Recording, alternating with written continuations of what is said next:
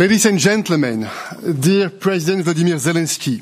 Пані та панове, президенти, глави урядів Європи, я радий вітати всіх вас особисто і подякувати всім вам особисто за вашу підтримку України, наших людей і наших прагнень жити вільно в об'єднаній Європі. Я повторюю ще раз ці слова: вільно і в об'єднаній Європі, і десь це може звучати вже напевно рутинно і звучати звично, але десь це означає зовсім інше. І я хочу розказати вам зараз лише про один епізод. Мені здається, він важливий із багатьох епізодів теперішнього життя на нашому континенті. Кожен з яких цих епізодів він задуманий для того, щоб позбавити нас обох цих фундаментальних характеристик вільно і в об'єднаній Європі. Нещодавно я говорив з президенткою Молдови, я говорив з пані Сандою і поінформував її про те, що вдалося перехопити нашій розвідці і детальний російський план руйнування політичної ситуації в Молдові. Російський документ, який показує, хто, коли і внаслідок яких дій збирається зламати Молдову, зламати демократичний порядок цієї країни і встановити свій контроль над нею.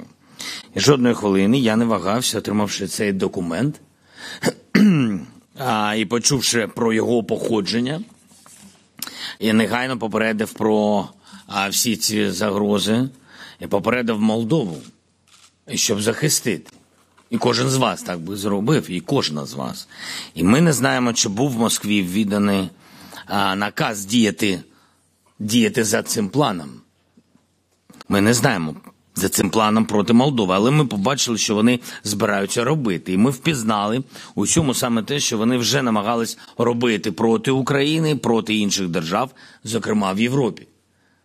Нічого нового. Ви бачили інші спроби такої російської диверсійної та дестабілізаційної активності. Ми з вами, друзі, оберігаємо Європу від режиму, який довів, що у нього лише одне прагнення знищити свободу Європи, бути авторитарним господарем на континенті.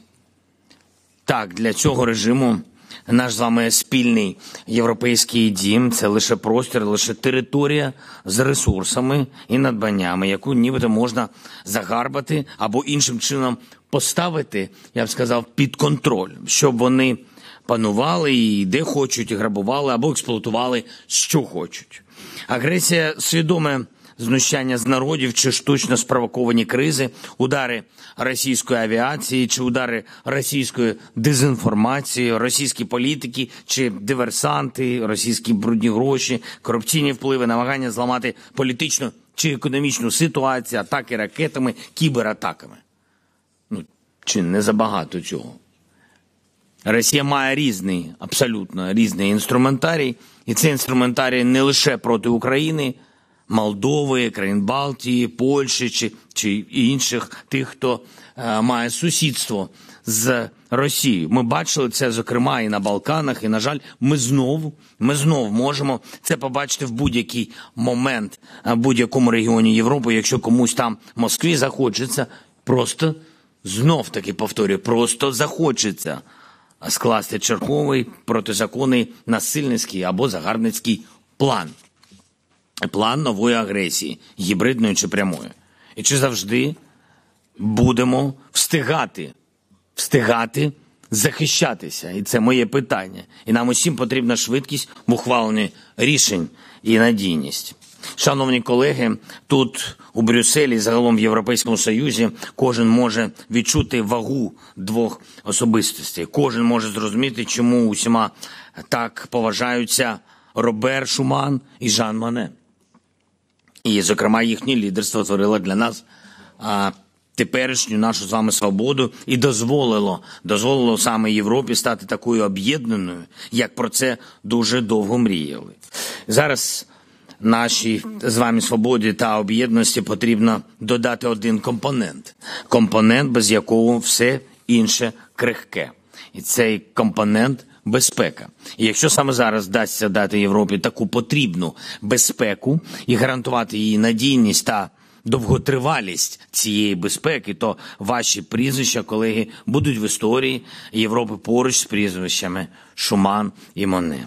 Європейський Союз вже на шляху до такої безпеки. Вже зроблені фундаментальні кроки, але треба пройти увесь цей шлях. І я знаю, що всім вам, всім нам це по силах. І я дякую кожному і кожній з вас за те, що протягом цього страшного року, коли російська агресивність стала найбільшою, ви незмінно стаєте сильніше. Європа стає міцнішою завдяки вашим особистим діям, вашим особистим рішенням. І навіть коли були вагання і були суперечки, ви все одно знаходили можливість цих спільних рішень, сильні рішення. І я вам дякую всім за це. І я дякую вам за розуміння, що ніде в Європі не має бути жодних сірих зон і жодної частинки нашого континенту, яка чомусь закрита від спільної європейської долі, яку чомусь залишають у небезпеці.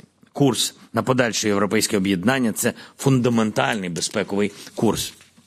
Вільну Європу сьогодні вже не уявити без вільної України.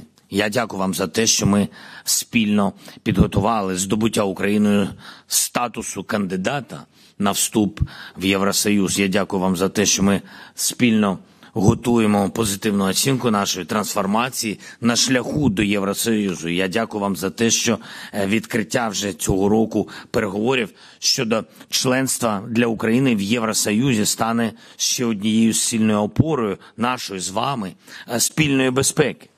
Європейський Союз вперше в своїй історії став надавати таку масштабну і послідовну військову допомогу, яку ми від вас отримуємо. І разом із відповідним лідерством на рівні держав-членів ця безпекова взаємодія з Україною створила такий історичний приклад для будь-якого агресора. Приклад того, чому не варто починати агресію проти європейців. Саме тому російська агресія повинна неминуче зазнати поразки і якнайшвидше. Чим швидше та міцніше буде повернення свободи, реальної сили, європейських цінностей на всю територію України, яка нині залишається окупованою Росією, тим надійніше і довготриваліше буде мир в поствоєнній Європі. І я вдячний усім вам, хто допомагає, вдячний усім вам, хто розуміє, наскільки зараз Україні потрібні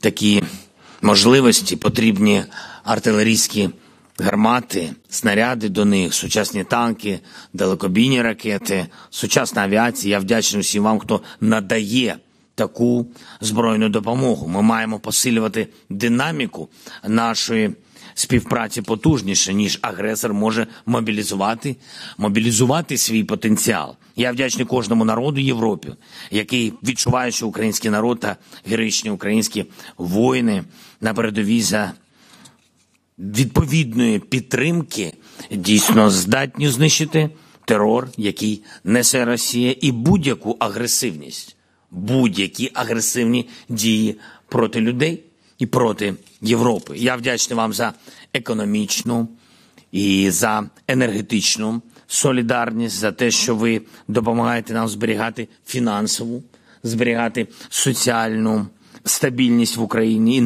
навіть в таких складних умовах, в умовах повномасштабної війни. Дякую за всі надані вами пакети фінансової і енергетичної допомоги. І це також, все це також про безпеку.